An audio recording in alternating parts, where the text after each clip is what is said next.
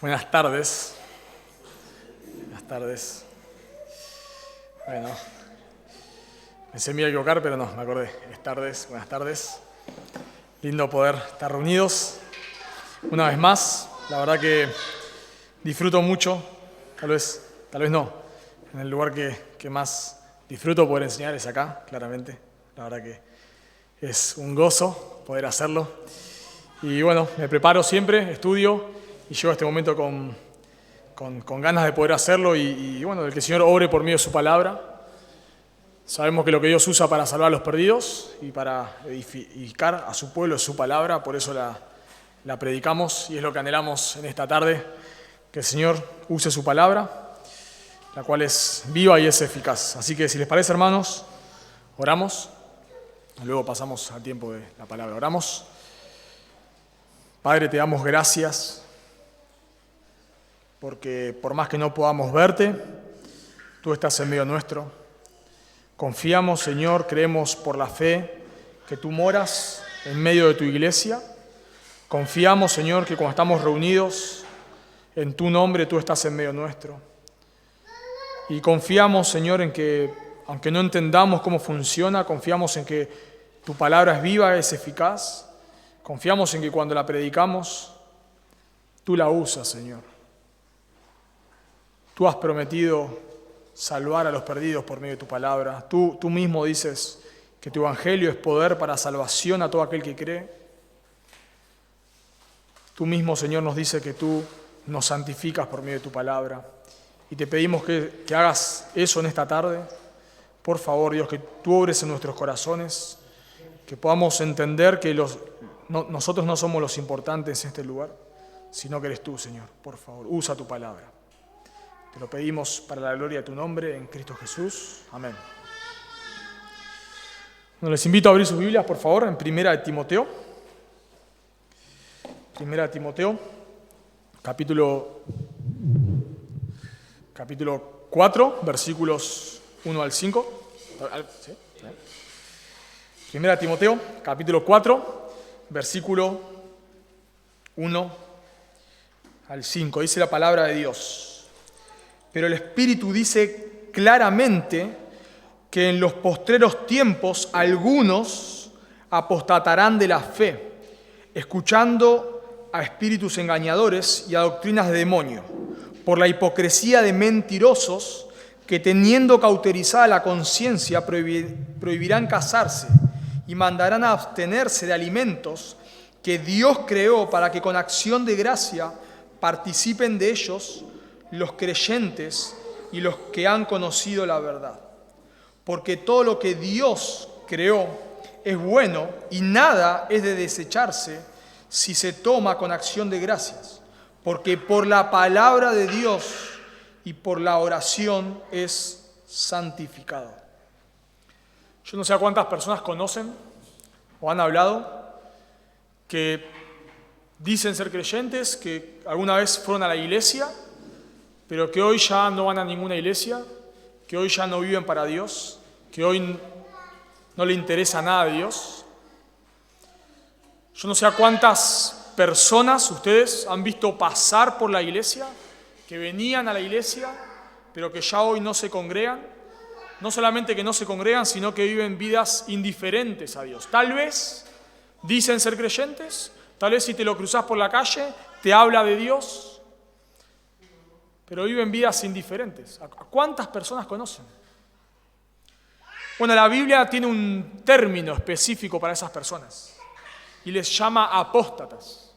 Un apóstata en la Escritura es una persona que dijo creer en un momento, pero que luego se apartó.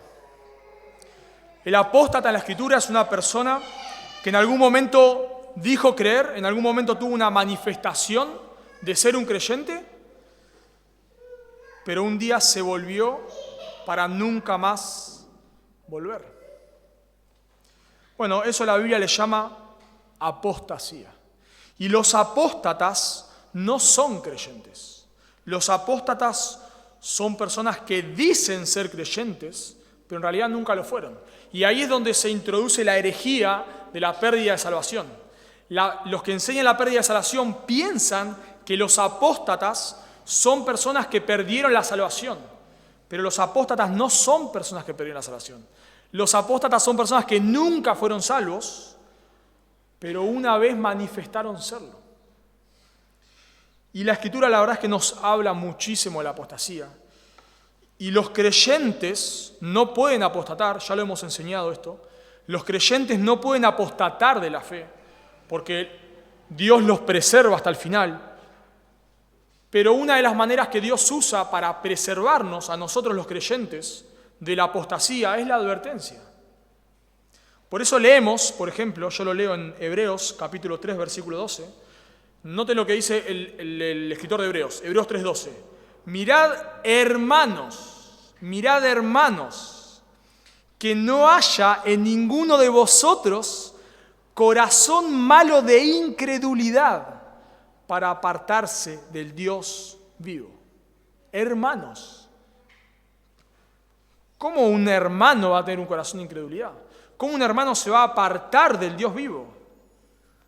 Bueno, claro, un creyente no puede apostatar. Pero lo que Dios usa para preservar a los creyentes y guardarlo de la apostasía son sus advertencias.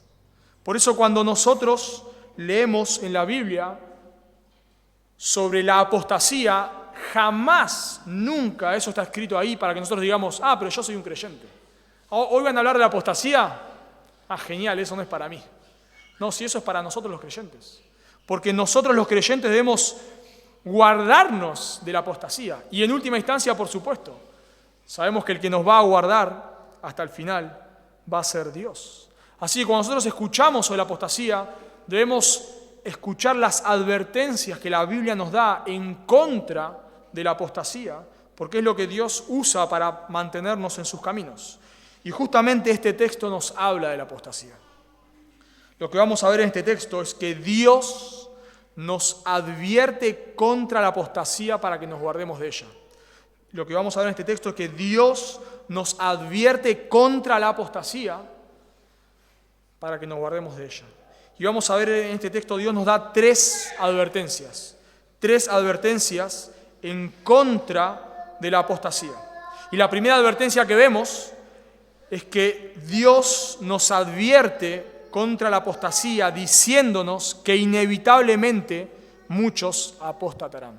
Dios nos advierte contra la apostasía diciéndonos que inevitablemente muchos apostatarán. Noten conmigo en el versículo 1, dice, pero el Espíritu Santo dice claramente que en los postreros tiempos algunos apostatarán de la fe. Esa conjunción que vemos ahí y nos llama la atención, pero conecta con lo que venía diciendo. O sea, Pablo no quiere comenzar acá un tema nuevo, sino que Pablo está conectando exactamente, está haciendo un contraste con lo que acaba de decir. Si ustedes notan conmigo en el versículo, del versículo 14 al 16, Pablo dijo que la iglesia está para proclamar la verdad. La iglesia está para levantar en alto la verdad del Evangelio. Eso notamos en el versículo 15. Para que si tardo sepas cómo debes conducirte en la casa de Dios, que es la iglesia del Dios viviente, columna y baluarte de la verdad. Así que la iglesia, hermanos, está para levantar la verdad del Evangelio, para proclamar la verdad del Evangelio. Y ahora Pablo dice en capítulo 4, versículo 1, pero, o sin embargo, algunos van a apostatar de esta verdad. Algunos apostatarán de esta fe que acaba de escribir en el versículo 16. Algunos se apartarán del Evangelio. La apostasía nos duele, hermanos. Es así, la apostasía nos duele. Realmente lloramos, nos quebranta el corazón cuando vemos que había personas que decían ser hermanos y los vemos que le dan la espalda a Dios y se apartan. Realmente nos duele. Pero va a suceder. Va a suceder. Hermanos o personas que, claro, nos damos cuenta cuando apostatan que no eran hermanos, pero personas que han estado en la iglesia, con las cuales hemos llorado, con las cuales hemos salido a evangelizar, con las cuales hemos hecho cuidado mutuo, con las cuales hemos tenido tiempos de lectura, de oración, que hemos compartido ministerios juntos, van a abandonar la fe. Personas que están dentro de la iglesia, algunas, algún día se volverán al pecado y empezarán a vivir vidas indiferentes a Dios. Nos duele mucho, claro que sí, lloramos muchísimo cuando en la iglesia hay sesiones de disciplina y se debe disciplinar a una persona que se entregó al pecado y está viviendo el pecado. Nos duele muchísimo. Lloramos, nos quebranta el corazón, pero no debe sorprendernos. No debe sorprendernos. Tal vez yo pienso que hoy en día nuestro gran problema con la apostasía es que le dejamos de llamar apostasía.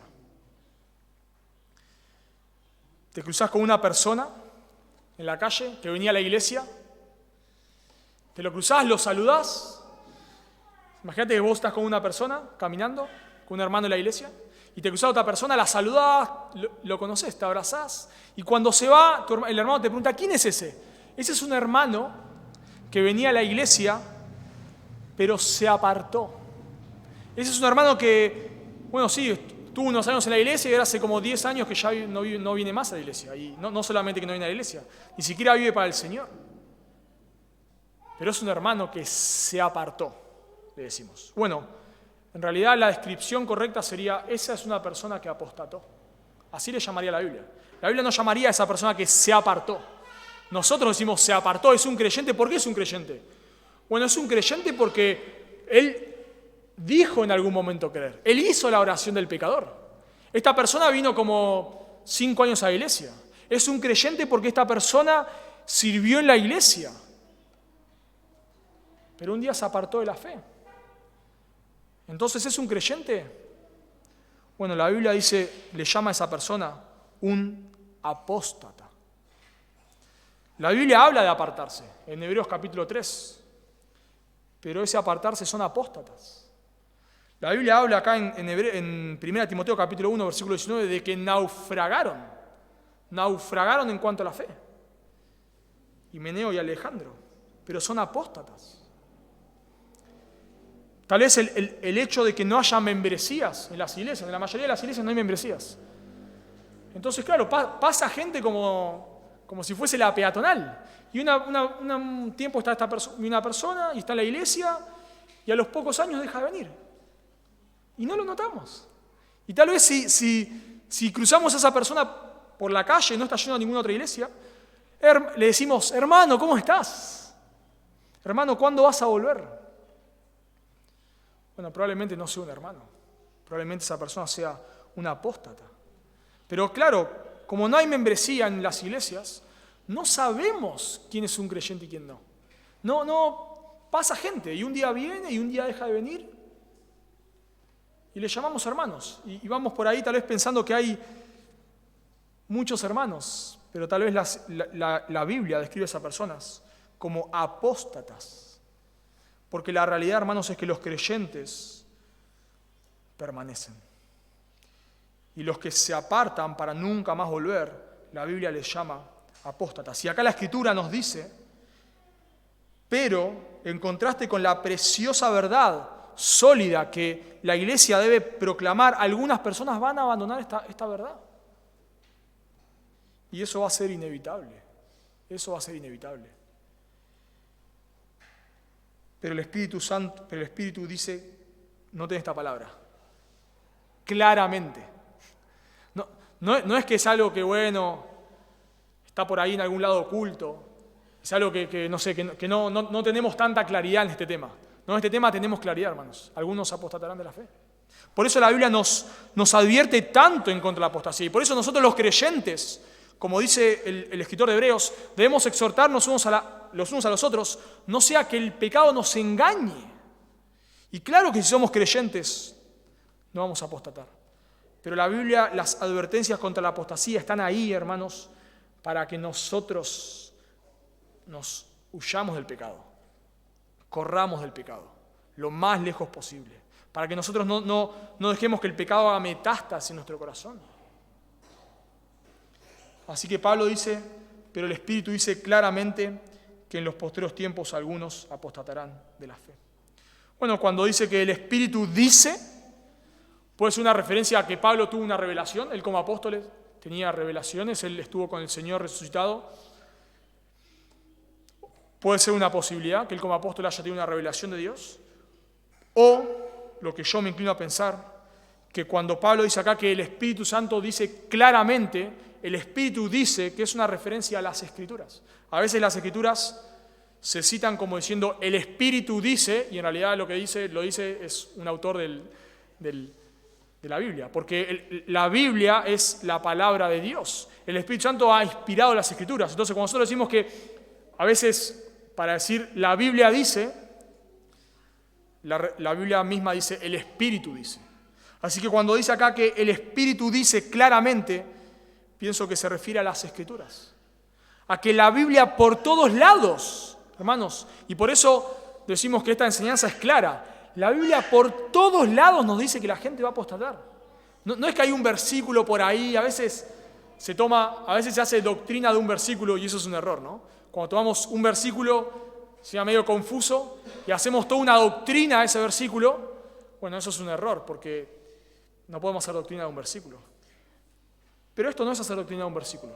La Biblia lo dice por todos lados. Por ejemplo, yo se los leo Mateo capítulo 24, versículo 10, dice, hablando Jesús de los últimos tiempos, de justo el momento antes de su venida. Muchos tropezarán entonces y se entregarán unos a otros, y unos a otros se aborrecerán, y muchos falsos profetas se levantarán y engañarán a muchos, lo mismo que este texto.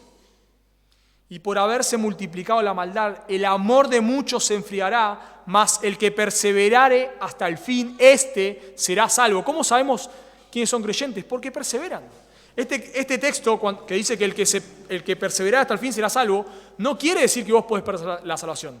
Quiere decir que la evidencia de que alguien es un creyente es que permanece. ¿Cuál es la evidencia de la parábola de los 4 terrenos? ¿Cuál es la evidencia del creyente? Que permanece, que permanece. No solamente lo vemos al Señor Jesús enseñándolo en Mateo 24, lo vemos por parábolas, como dije recién, la parábola del sembrador. Dice Lucas 8:13, los de sobre la piedra son los que habiendo oído reciben la palabra con gozo. Noten, habiendo oído reciben la palabra con gozo. Pero estos no tienen raíces. Creen, escuchen esta frase, creen por algún tiempo y en el tiempo de la prueba se apartan. Personas que creen por un momento y luego se apartan. Juan capítulo 15, versículos 5 y 6, lo mismo.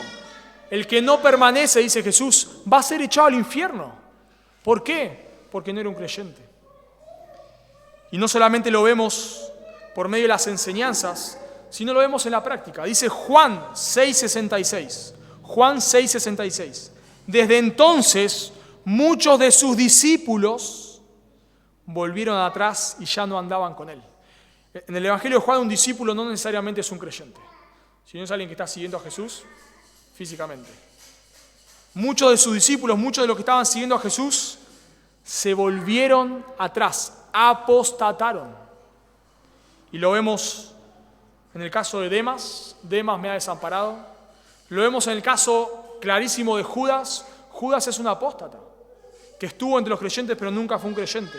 Lo vemos en el caso de Himeneo y Alejandro, lo vemos en el caso de Fileto, lo vemos en el Antiguo Testamento. La Biblia está llena, repleta de casos de apostasía, de personas que dicen ser creyentes, pero en un momento de sus vidas se vuelven atrás.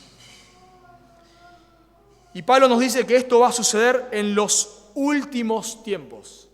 En los últimos tiempos, noten, el Espíritu dice claramente que en los postreros tiempos, o en los últimos tiempos, algunos apostatarán de la fe. Bueno, en los últimos tiempos, tal vez cuando vos lees esta frase, pensás que es el tiempo justo antes de que el Señor venga. O sea, como que, bueno, tranquilo hermanos, esto no va a pasar ahora, sino que justo antes de que el Señor venga, algunos van a apostatar. No, los últimos tiempos abarca el tiempo de la primera venida de Cristo hasta su segunda venida. Esos son los últimos tiempos. Dice, yo se los leo en 1 Juan 2:18. Hijitos, dice Juan, ya es el último tiempo. Hijitos, ya es el último tiempo. Y claro, esta apostasía irá en aumento, como vemos en el Evangelio de Mateo, hasta el momento que el Señor venga.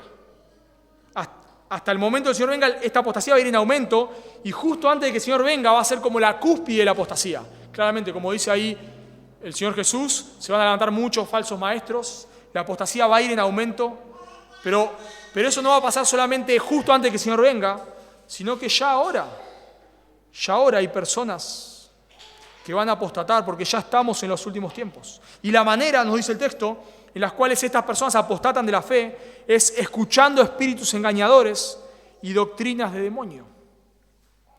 Bueno, escuchando no es que la manera en la cual estas personas van a apostatar de la fe es que, no sé, escuchan alguna herejía por ahí perdida.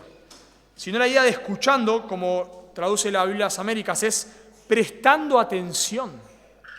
O sea, no es que estas personas no se dan cuenta, sino que estas personas empiezan a escuchar doctrina falsa. Estas personas le empiezan a prestar atención a doctrinas que provienen del infierno. Porque la falsa doctrina, como leemos este texto, proviene del infierno. Por eso la cúspide de la falsa doctrina va a ser el anticristo y el falso profeta. Porque la falsa doctrina proviene del infierno. A veces pensamos que la falsa doctrina es inofensiva. Pensamos que la falsa doctrina simplemente, bueno, son hombres que están errados. No son hombres que están errados. La falsa doctrina es demoníaca. A veces pensamos que la falsa doctrina no nos va a corromper. El claro ejemplo de esto es cuando hay personas que están en una iglesia que no se predica la verdad, pero aún así están ahí. Y bueno, el resultado es que piensan que no pasa nada. Bueno, yo escucho a MacArthur y escucho a no sé quién, entonces me puedo quedar ahí, que a mí la falsa doctrina, como que estoy brindado contra la falsa doctrina. Yo puedo estar ahí, permanecer en la falsa doctrina, no pasa nada, porque yo escucho a Paul Washer. Entonces no me va a pasar nada. Error. Si vos estás en una iglesia de falsa doctrina, por más que por el otro lado escuches sana doctrina, te corrompe, hermano. Te corrompe. He visto personas que se van a casar y el joven o la joven con la que se van a casar, o la persona, sea joven o no importa, está en una iglesia que no es sana. Y el que está vamos a suponer, no sé, la joven que está en la sana doctrina piensa, no, pero cuando me case yo la voy a enderezar. Cuando me case, cuando me case va a cambiar. Esta persona cree en doctrinas bastante fundamentales, cree en cosas distintas. Y se casan igual, ese matrimonio es un problema. Y en la mayoría de los casos, el que estaba en sana doctrina termina siendo arrastrado porque estaba en falsa doctrina. Porque la falsa doctrina no es neutra. No lo podemos manejar. No podemos pensar que porque yo sé mucho de Biblia puedo sentarme a todos los domingos, domingo tras domingo, tras domingo, tras domingo, a escuchar a alguien que no predica la palabra de Dios. Como si eso no me afecta. Como que si yo estuviese brindado. De ninguna manera. De ninguna manera. La falsa doctrina nos corrompe. Y la falsa doctrina proviene del infierno. Y lo más dañino de todo esto es que justamente Satanás se viste como ángel de luz. ¿Cuántas personas se desvían de la verdad diciendo, pero yo lo experimenté, pero yo lo vi, yo escuché una voz, la voz me habló, pero de pronto esa voz te empieza a decir cosas que son contrarias a la Biblia. Pero yo vi a fulano que hablaba en lenguas, yo lo vi, pero ¿qué dice la Biblia? ¿Qué dice la Biblia? Recuerdo, hace muchos años vi una película, no era ni creyente yo, pero vi una película que se llama, tal vez la conocerán, Estigma, la película. El estigma supuestamente es cuando, así dicen, herejía obviamente, pero que Jesús, como que te posee Jesús, una cosa así es. Y es una chica que supuestamente la poseía Jesús. Eso era la película, no leí la historia real, pero está basada en historia real. Y a esta chica supuestamente la poseía Jesús. Entonces en la película, por momentos esta chica empezaba a hablar, no sé, en arameo, en hebreo, qué sé yo, porque estaba poseída por Jesús. Y vos veías toda la película Y cuando termina la película, esta chica supuestamente poseída por Jesús, lo que supuestamente Jesús le decía cuando estaba poseída por él, es que la Biblia no era suficiente.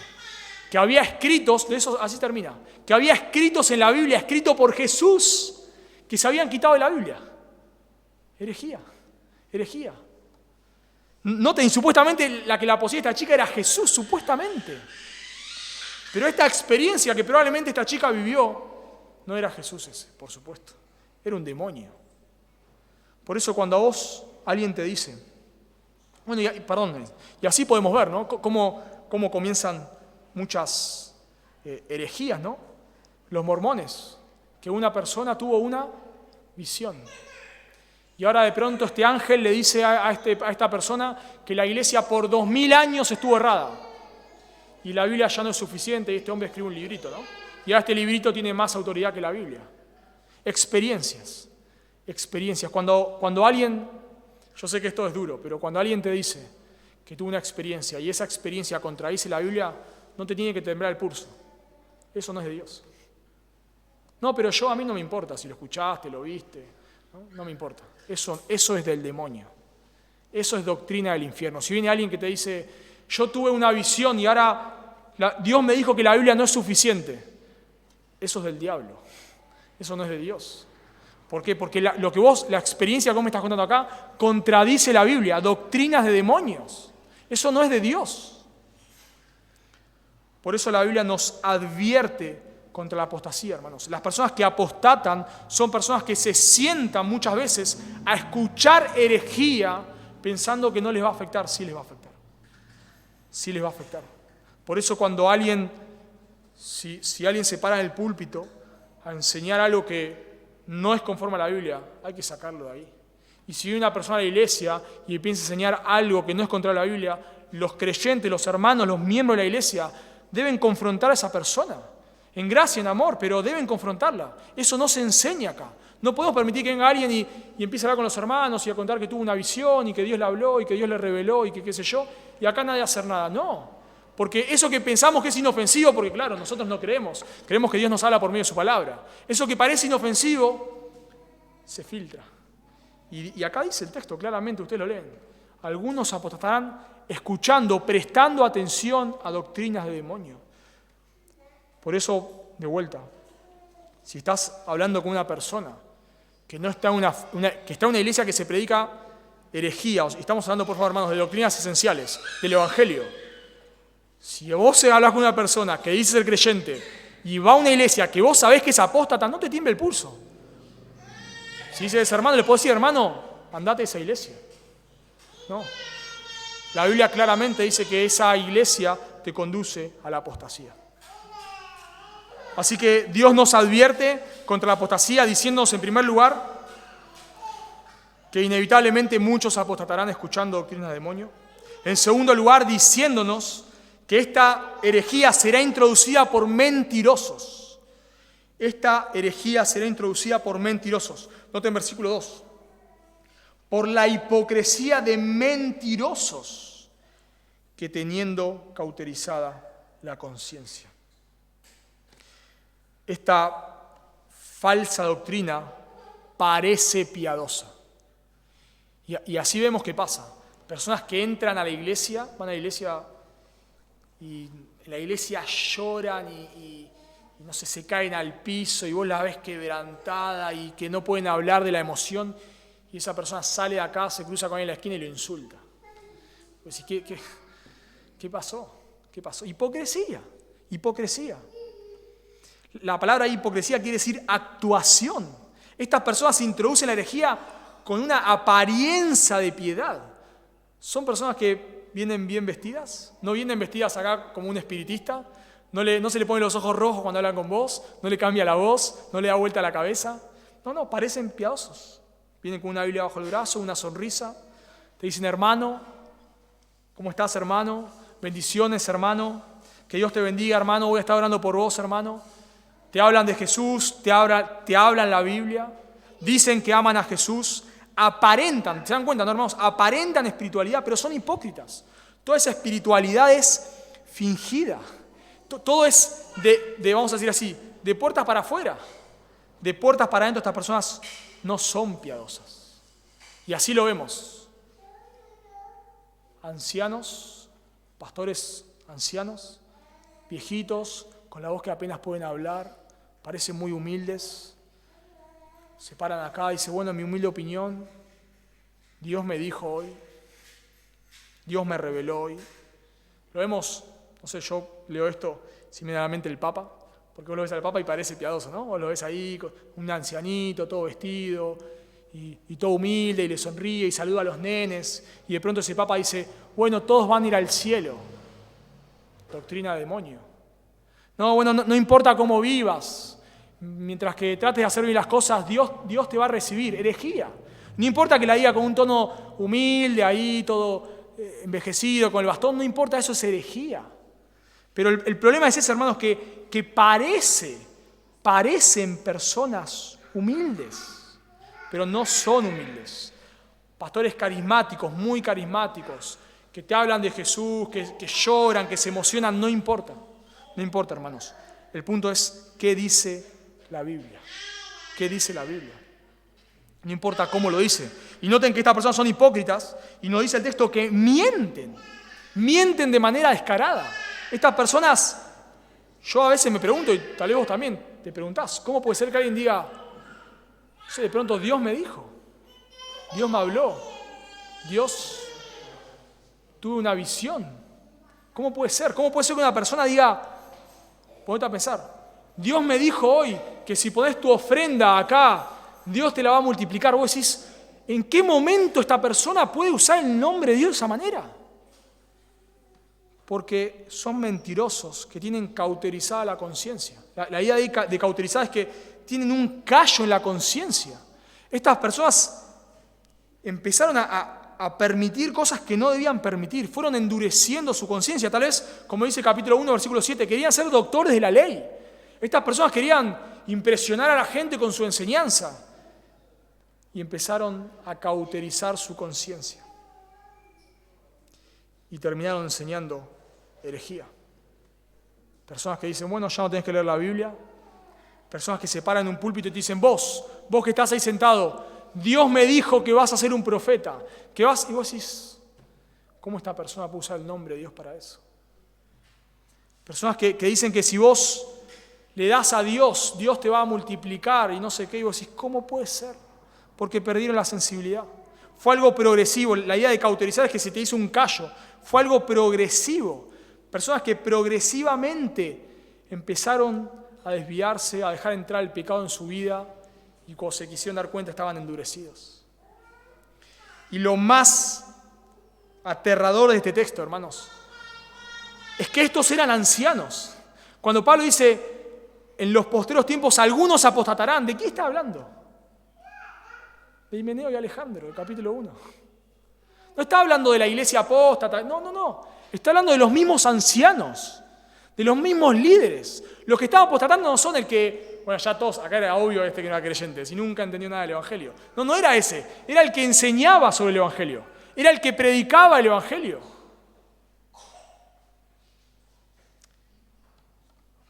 Algunos claramente van a apostatar, introducido por hombres mentirosos. Por eso debemos no solamente mirar la apariencia de las personas, sino de vuelta, quiero volver a esto, ¿qué enseñan? ¿Qué enseñan? Por favor, no te dejes engañar si esta persona, nos ha pasado de hablar con una persona que llorando nos decía que Dios le habló en un sueño. Llorando, no me importa si llorás. No, de verdad, perdón, pero no me importa si llorás. Es que, ¿qué dice la Biblia? Porque justamente de esa manera no, pero este hermano me lo decía llorando. Es que no sé cómo te lo decía. No tengo idea, pero la autoridad no son sus lágrimas, ni su experiencia. La autoridad son las Escrituras, hermanos. ¿Qué dice la Biblia? No me importa tu experiencia. Suena duro, pero es lo que es. No me importa tu experiencia. ¿Qué dice la Biblia? Así que Dios nos advierte contra la apostasía, en primer lugar, diciéndonos que inevitablemente muchos apostatarán, versículo 1. En segundo lugar, diciéndonos que esta herejía será introducida por mentirosos. Y en tercer y último lugar, Dios nos advierte contra la apostasía, diciéndonos que hablarán cosas que contradice la Escritura. Estas personas hablarán cosas que contradicen a las Escrituras. Noten el versículo 3 conmigo. Prohibirán casarse y mandando a abstenerse de alimentos que Dios creó para que participen de ellos los creyentes y los que han conocido la verdad. La enseñanza de estos falsos maestros es enseñanza legalista. Noten que esta enseñanza, dice el texto, tiene que ver con prohibirán casarse y mandarán a abstenerse de alimentos. En realidad, bueno, acá la Biblia de la Valera lo traduce como futuro, pero en realidad el verbo es presente, es prohibiendo casarse. O sea, ya no es algo que van a hacer en el futuro, es algo que están haciendo, prohibiendo casarse y mandando ahora en la actualidad a abstenerse. Y claro que cuando uno lee este texto y nota que está en conexión con el pero, está en conexión con lo que dijo en versículo 16, la verdad del Evangelio, la verdad de que Dios se hizo hombre y vino a morir en una cruz en lugar del pecador, eso dice el Evangelio, y que al tercer día resucitó de los muertos. Esa es la verdad central del Evangelio. Eso no se negocia. La verdad central del Evangelio es que Dios se hizo hombre para venir a morir en lugar del pecador. Que ningún ser humano puede ser salvo por sus obras, nadie. Nadie puede ser salvo viniendo a una iglesia, portándose bien, leyendo la Biblia, nadie. La única manera en la cual un pecador puede ser reconciliado con Dios, la única manera es arrepintiéndose de sus pecados y creyendo que Jesús es Dios hecho hombre, que vino a morir en lugar del pecador y resucitó al tercer día. Eso es lo que dice, noten. Dios fue manifestado en carne, Dios se humanó, justificado en el Espíritu por la resurrección, visto de los ángeles, predicado a los gentiles, creído en el mundo, recibido arriba en gloria. Esa es la verdad central del Evangelio, que no se negocia. No se negocia, eso no lo negociamos. La única manera en la cual una persona puede ser reconciliada con Dios es por medio de la fe en Jesús, arrepintiéndose de sus pecados y poniendo su fe en Jesús. ¿Y qué tiene que ver la carne y el casarse con la verdad del Evangelio? ¿Se pusieron a pensar? ¿Qué tiene que ver? Acá no está diciendo que estas personas, estos falsos maestros, nos están enseñando que Jesús no es Dios, como Primera de Juan, ¿no? Primera de Juan negaban la deidad de Cristo. Estas personas están enseñando fe más obras, como las iglesias en Galacias. Entonces, ¿qué problema hay? Podemos decir, bueno, si vos no querés comer cerdo, bueno, dámelo a mí. Yo no tengo problema, me lo como tranquilo. Si vos no querés comer ciertos alimentos, bueno, no los comas. ¿Qué problema hay? Si vos querés vivir soltero toda tu vida, bueno, tu problema, hacelo, está bien, no hay drama. ¿Qué tiene que ver esto con la verdad del Evangelio que acaba de decir que la iglesia debe proclamar? Bueno, el problema de esta herejía, hermanos, es que ataca la suficiencia de las Escrituras. El problema, cuando nosotros pensamos en la salvación, no solamente abarca la justificación, sino también abarca la santificación. La santificación es una parte del Evangelio, por supuesto que sí. Y estas personas estaban atacando la santificación. Estas personas estaban enseñando que vos podés ganarte el favor de Dios haciendo ciertas actividades piadosas. En palabras de hoy en día, hay personas que piensan que van a ir al cielo porque vienen a la iglesia. Y tal vez a una iglesia sana. Y tal vez a una iglesia que se predica la verdad. Hay personas que piensan que van a ir al cielo porque son miembros de una iglesia. Hay personas que piensan que van al cielo porque leen mucho la Biblia o porque ofrendan.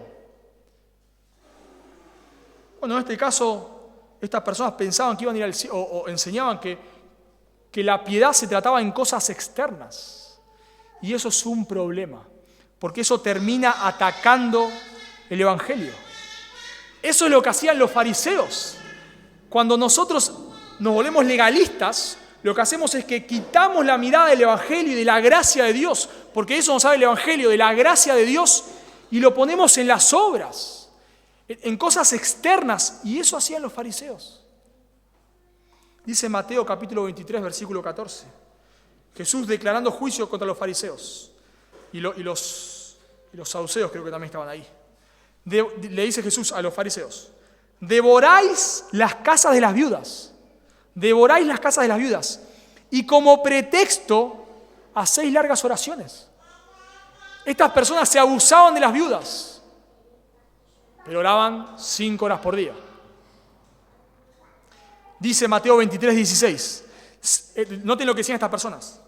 Si alguno jura por el templo, no es nada. Pero si alguno jura por el oro del templo, es deudor. O sea que si vos decías, no, te lo juro por el templo, tremenda mentira, no pasaba nada, ¿no? Ahí no pasaba nada. Porque no estabas jurando por el oro del templo. Irracional. Luego Jesús le dice que estas personas diezman la menta y el eneldo y el comino y dejan lo más importante de la ley, la justicia, la misericordia y la fe.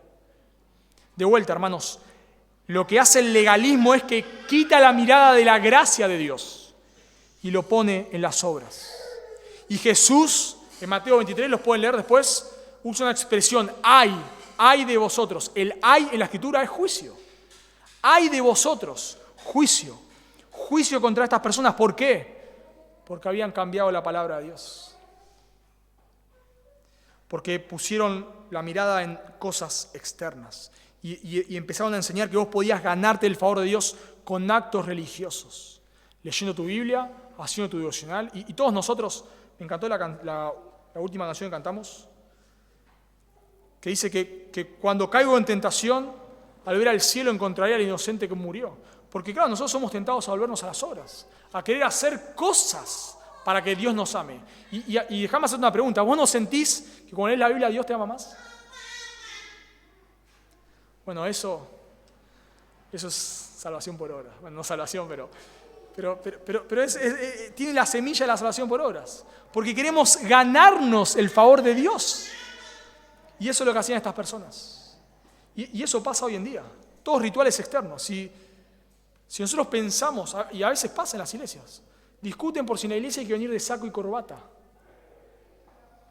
Y estamos peleando, y de pronto todos vienen de saco y corbata y pensamos que somos una iglesia santa.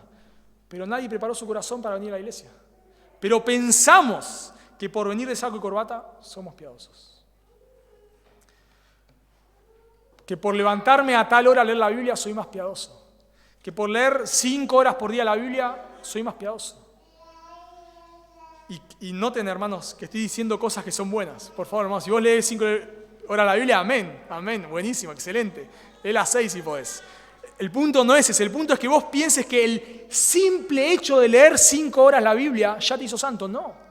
Vos capaz la leíste 5 veces, pero nunca adoraste a Dios. Y si no adoraste a Dios, no estás agradando a Dios. Vos podés venir de saco y corbata a la iglesia, buenísimo. Pero si no has preparado tu corazón para venir a la iglesia, no sirve de nada. Y lo podemos hacer con un montón de cosas. A veces hacemos, igual que los fariseos, actos externos para tratar de tapar nuestro pecado. Queremos tapar nuestro pecado con actos externos. Yo hoy pequé, pero bueno, leo 1 hora más la Biblia. No.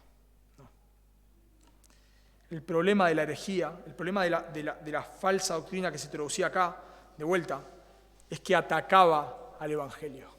¿Por qué? Porque ponía la mirada, el foco en cosas externas.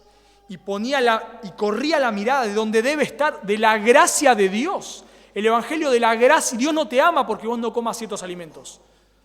Dios te ama si vos te has arrepentido de tus pecados y has puesto tu fe en Jesús. Y Dios te ama no por lo que vos haces por Él, sino por lo que Cristo ha hecho a tu favor. Por eso Dios te ama. Eso es el Evangelio, hermanos. El Evangelio es que Dios no nos ama porque leemos nuestra Biblia o venimos a la iglesia. Dios nos ama porque Cristo ha muerto en la cruz y resucitó al tercer día por nuestros pecados. Y Dios nos ama porque la Biblia usa este concepto, que estamos en Cristo. ¿Qué quiere decir que estamos en Cristo? Que Dios nos ama por lo que Cristo hizo por nosotros, no por lo que nosotros hacemos por Dios. Pero el legalismo dice otra cosa. Y eso es lo que decía este legalismo.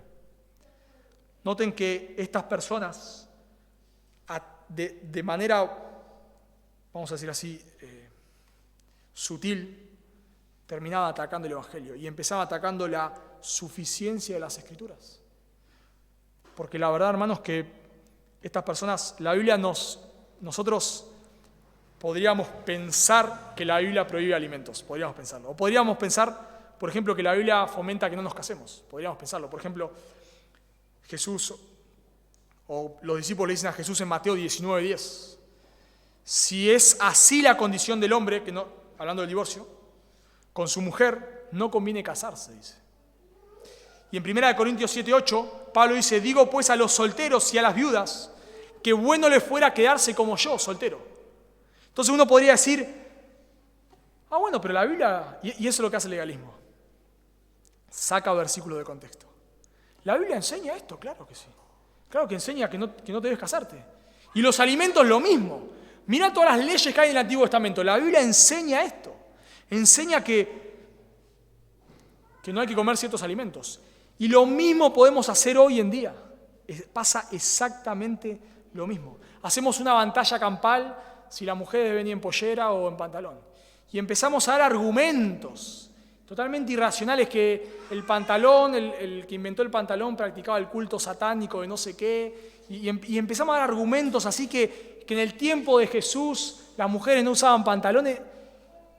Argumentos que están fuera de la Biblia, pero le agregamos, porque eso es legalismo, le vamos agregando a la Biblia.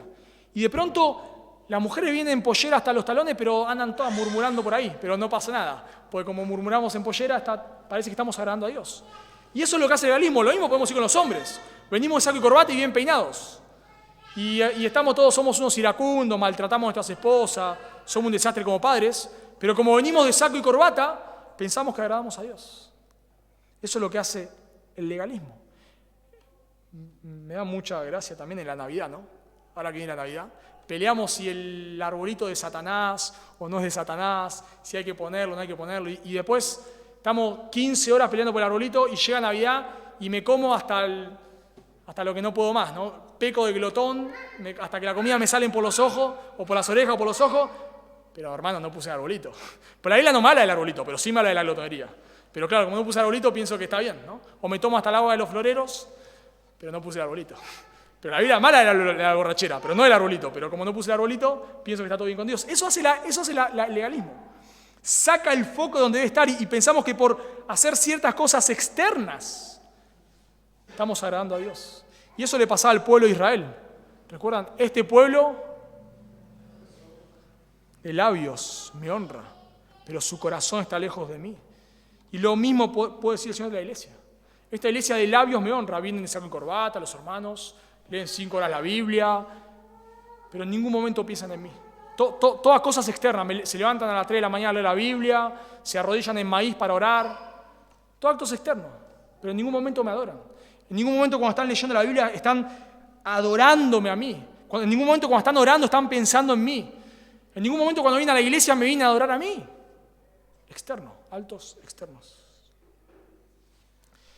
Y noten cómo Pablo refuta esta herejía de que prohíben comer alimentos y casarse. Pablo lo refuta con la Biblia. Con la Biblia. Noten cómo dice en el versículo 4. Dice, perdón, en el versículo 3. Dice, para que con acción de gracias participen de ellas los creyentes y los que han conocido la verdad. O sea, Pablo está diciendo, los creyentes pueden comer con libertad lo que quieran. ¿Por qué? Versículo 4. Porque todo lo que Dios creó es bueno. ¿A qué les hace acordar eso? Génesis 1:31. Y vio Dios lo que había creado y era bueno, era bueno. Y la Escritura nos dice, y habla de los creyentes, cuando habla de que participen con ellos de los creyentes, y está haciendo referencia específicamente a los alimentos, porque la Biblia nos dice que las leyes alimenticias ya no están vigentes. Ya no están vigentes. Dice el mismo Señor Jesús en Marcos 7:18. Él les dijo, Jesús, ¿también vosotros estáis así sin entendimiento? ¿No entendéis, le dice Jesús a sus discípulos, que todo lo de fuera que entra en el hombre no le puede contaminar? Porque no entra en su corazón, sino en el vientre y sale a la letrina. Esto, aclara acá el autor, esto decía Jesús, haciendo limpios todos los alimentos. La Biblia es clara. Claro que había regulaciones en el Antiguo Testamento de alimentos, por supuesto que sí, pero ya no están vigentes. Ya no están vigentes. Pedro tiene una visión en Hechos, capítulo 10, versículo 9 al 16, donde ve un montón de animales inmundos y Dios le dice, mata y come, y Pedro dice, no, yo nunca voy a comer nada inmundo. Pedro, matá y come esto, ya no está vigente. Ya no está vigente. Y por supuesto, Pablo acá argumenta en cuanto a los alimentos, porque el matrimonio es obvio que casarse no es pecado. ¿Por qué? Bueno, porque él acaba de decir que los ancianos deben ser maridos de una sola mujer. Y lo mismo dijo de los diáconos. No que es un requisito estar casado, pero sí que es lo normal, es lo que sucede. Y él va a decir en 1 Timoteo, capítulo 5, versículo 14, quiero pues que las viudas jóvenes se casen. Que las viudas jóvenes se casen. Y acá estas personas prohibían casarse. Y en 1 Corintios, capítulo 7, versículo 8, donde Pablo dice que era mejor estar como él soltero, dice en el versículo 9, pero si no tienen don de continencia, cásense, pues mejor es casarse que estarse quemando. No hay problema con el matrimonio, no hay problema con los alimentos, no hay problema con el matrimonio. ¿Cómo lo sabemos? Porque lo enseña la Biblia. Porque lo enseña la Biblia. Hermanos, para nosotros luchemos contra el legalismo, debemos hacer lo que Pablo hizo acá. Recurrir a las Escrituras. ¿Qué dicen las Escrituras? Porque a veces, con la excusa de no ser legalistas, por supuesto, también podemos irnos al libertinaje, ¿no? Podemos volvernos a una iglesia totalmente libertina, que parece que no pasa nada, acá todo sigue, ¿no? Siga, no pasa nada, viví como quieras, la gran frase, ¿no? Entonces vos decís, pero mirar eso es inmoralidad. Ah, vos sos un legalista. ¿No? Como que esa frase mata todo. Bueno, ¿cómo sabemos si somos legalistas o no? Por lo que dice la Biblia. ¿Cómo sabemos si hay algo que debemos hacer o no debemos hacer? De vuelta, por lo que dice la Biblia. Por supuesto, hay hombres que usan ropa que parecen mujeres. Vos con total libertad podés decirle, fulano, eso está mal. La Biblia lo dice claramente. Mujeres que se visten para exaltar su cuerpo. Bueno, claro que vos tenés... La Biblia no habla de si usás pantalón, pollera, no habla de todo eso, pero habla de la modestia, del pudor, por supuesto que sí. Y si una mujer o un hombre, lo que sea, usa ropa que no es modesta, claro, vos podés... No son legalistas si vos le decís algo. ¿Por qué? Porque la Biblia habla de eso, no habla de la... Vos no le podés decir que la mujer no puede usar pantalones, o que el hombre no puede usar tal cosa. Eso no se lo podés decir. Pero podés hablarle de la modestia. ¿Por qué? Bueno, ya lo enseñamos. 1 Timoteo capítulo 2 habla de eso. 1 Pedro capítulo 3 habla de eso. Entonces, ¿cómo hacemos para no volvernos legalistas ni libertinos? La Biblia. ¿Qué dice la Biblia? Y si la Biblia dice algo, lo decimos, sin titubear. Claro, ¿la Biblia hay algún lugar donde vos puedas decir que ir al cine es pecado? No, por supuesto que no. Y si hay que ir al cine, que vaya. Si hay una persona que está mirando una película con alto contenido inmoral, ¿tenés argumentos para decir algo? Por supuesto que sí. La fornicación y toda inmoralidad ni aún se nombra entre ustedes. Es pecado, es una obra de la carne, está lleno. Los inmorales no heredarán el reino de los cielos, lleno de textos. No le podés decir nada del cine, por supuesto. Si querés ir al cine, andá, hermano. Después contame cómo fue la película. Pero si está en una película inmoral, se lo puedo decir, no sos legalista. ¿Por qué? Porque la Biblia lo dice. Entonces, donde la Biblia habla, hablamos. La homosexualidad es pecado. ¿Por qué? Porque la Biblia lo dice. No somos legalistas. La Biblia lo dice. Pero si la Biblia no dice nada, libertad. Vos podés tener para vos mismo ciertos principios, para vos, para tu familia, y no sos legalista por tenerlos. Pero si la Biblia no dice nada de eso, no se lo impongas a otros. La Biblia no nos dice a qué hora tenemos que levantarnos a leer la Biblia. ¿A qué hora nos tenemos que levantar para leer la Biblia? No nos dice ni cuánto tiempo. Entonces no podemos ser legalistas imponiendo acá que la gente debe leer el tiempo de la Biblia o debe orar tanto tiempo. No, libertad, porque la Biblia no dice nada. Pero si la Biblia habla. La Biblia dice que debemos leer la Biblia, claro que lo dice. Entonces ahí hablamos, pero no en el tiempo. Y lo mismo pienso, por ejemplo, en la membresía. Nosotros estamos haciendo un curso de membresía y en la manera del curso, y bueno, tenemos libertad. No podemos decir que por otra iglesia no hace exactamente las cosas como nosotros lo hacemos. Es una iglesia trucha, no, por supuesto que no. Tenemos libertad. Entonces, en las cosas que tenemos libertad, no hay problema, hermanos. Por favor, no quieras imponerle algo a otra persona que la Biblia no dice. Si es un principio tuyo, genial, amén. Pero no quieras ponerlo como autoridad en la iglesia, porque no es autoridad. Ahora, si la Biblia habla, bueno, es la Biblia. Así que para luchar contra el legalismo, contra esta falsa doctrina, debemos preguntarnos, ¿qué dice la Biblia? ¿Qué dice la Biblia? Y me encanta cómo Pablo contrasta esto. Y dice el versículo 4, que todo lo que Dios creó es bueno y nada es de desecharse si se toma con acción de gracias, porque por la palabra de Dios y por la oración es santificado. La idea ahí es que cuando la Biblia, Timoteo sobre todo habla de la palabra de Dios, hace referencia al Evangelio. Palabra fiel y digna de ser recibida por todos. Y casi siempre Pablo cuando habla de la palabra de Dios en Timoteo, en las pastorales, hace referencia al Evangelio. Y ya acabo de decir en versículo 4 que para que participen de ellos los creyentes. Entonces cuando Pablo dice que la comida es santificada por la palabra, está diciendo que el Evangelio santifica los alimentos. Ya no hay leyes alimenticias como había en el Antiguo Testamento, ya está. Todo eso apuntaba a Cristo, Cristo vino, ya está. Y luego dice que es santificado por la palabra y por la oración. ¿Por qué? Porque por medio de orar, cuando nosotros oramos por los alimentos, de cierta manera estamos santificándolos, agradeciendo a Dios. Podemos participar de los alimentos y recibirlos con gracia por medio de la oración. Y vemos, no se voy a leer ahora por tiempo, pero Marcos 6:41, Marcos 8:6, 1 Corintios 10:30, se nos habla principios en cuanto a orar por los alimentos. Así que Pablo está diciendo acá que para luchar contra la herejía legalista en este caso, debemos preguntarnos qué es lo que la Biblia dice. Y si la Biblia no dice nada, disfrutemos. Pablo dice que debemos tomarlo con acción de gracias. Y la palabra que dice, que es en el versículo 5, para hablar de oración, de vuelta, es una oración de acción de gracias.